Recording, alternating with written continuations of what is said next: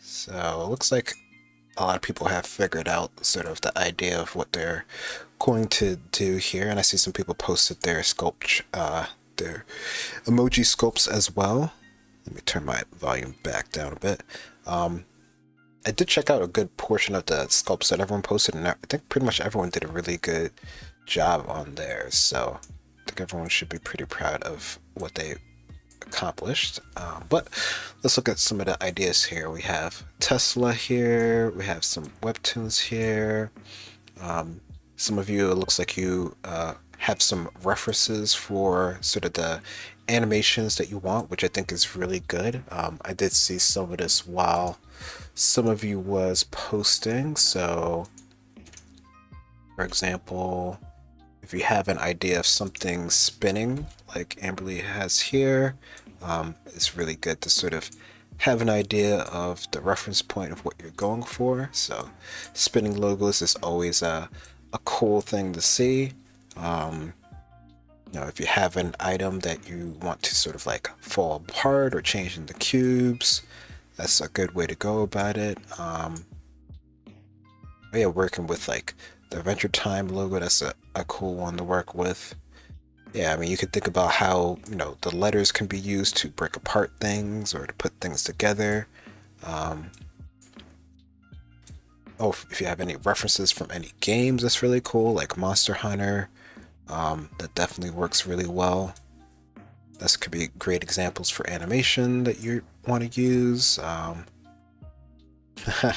Use various Pokeballs. Yeah, that's a good one, and that's a classic one. That's definitely pretty fun. And if you've explored using this sort of dynamic system inside of Cinema 4D, you can have a lot of fun with various items sort of falling around and going all over the place and crazy. So that can definitely work out really well.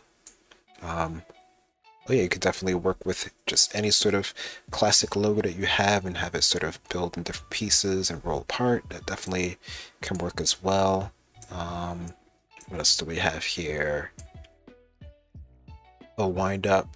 Oh, walls running up like Game of Thrones. So I did see this one posted earlier as well, and just so people can see this on the board, I do have the link to their video here as well, which I remember when this video came out. This was really cool, especially being a fan of Avatar. The whole Game of Thrones sort of idea of the intro is definitely a really cool idea that you can use.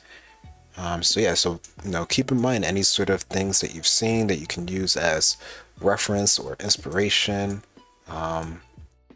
D&D or how the object works in the real world can be really good to sort of keep in mind as well. And if you do have this dice, of course, using the dynamics like I mentioned earlier is something that can be done pretty, easily inside of Cinema 4D. It might take a little bit, a couple throws to get the right look that you're going for, but the dynamic system inside of Cinema 4D is very powerful, and at least on the surface is pretty easy to use as well.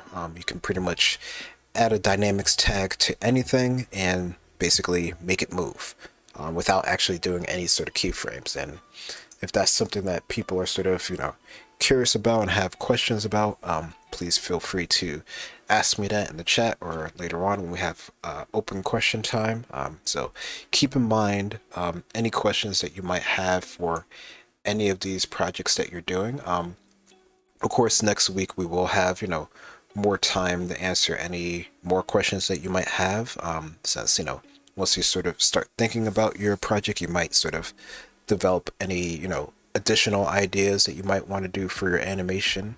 But while you're sort of, here today, since it seems like a lot of you have started to develop your ideas, if you're curious about how you might actually do something, please feel free to ask it later on. We definitely will have some time in class today in order to answer some of your questions directly. But thank you everyone for submitting your... well, we also got one here about for PlayStation. Fades in, logo spins, then zooms out. Yep, that totally works. So it looks like all of these ideas that you guys have submitted so far are definitely ones that would work for this assignment. the main thing to keep in mind, and this goes with your previous assignments as well, is just make sure that you keep in mind the duration and the time of this assignment. So this assignment is 5 to 15 seconds. So if you feel like your animation might go over that time, keep in mind that you need to sort of squish it down a little bit. We're not quite making short films yet. And if it's a little bit under that, keep in mind that you might need to sort of add a couple more elements or maybe pad things out in order to meet the length. Something to keep in mind, especially when you're working with clients and other projects, unless you're working totally independent on your own and sort of your own sort of mindscape or whatever, your own sort of requirements. Usually there's always some parameters to your project. So being able to hit those marks is something that you should keep in mind. You're going to be asked for these various elements. So name a brand. If you've done your brand today, you've already have that done. Written outline, at least 3 bullet points. If you've done the assignment today in class, you already have that done.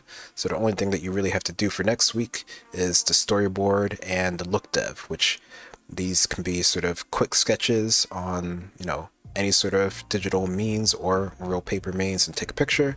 And the look dev can just be sort of, finding whatever the main element you're going to use. So if it's, if it's, a die from D&D, you could do that. Or if it's a specific logo, just build it out in 3D just to see how it looks. Or if it's a Pokeball, that could be your main element. So your hero element is just whatever is going to be the focal point of your animation. That's really all it means to sort of have sort of your hero elements here. And again, it doesn't have to be final. Maybe you'll find there's a better version of whatever 3D object that you're looking at later on, but it's just sort of to get the idea. So if you've done the in-class work, you essentially have 2 of 4 parts of the homework already done. So you're 50% way there. If you want to do the brand that you chose in class, you could choose a completely different brand, and that's totally fine as well.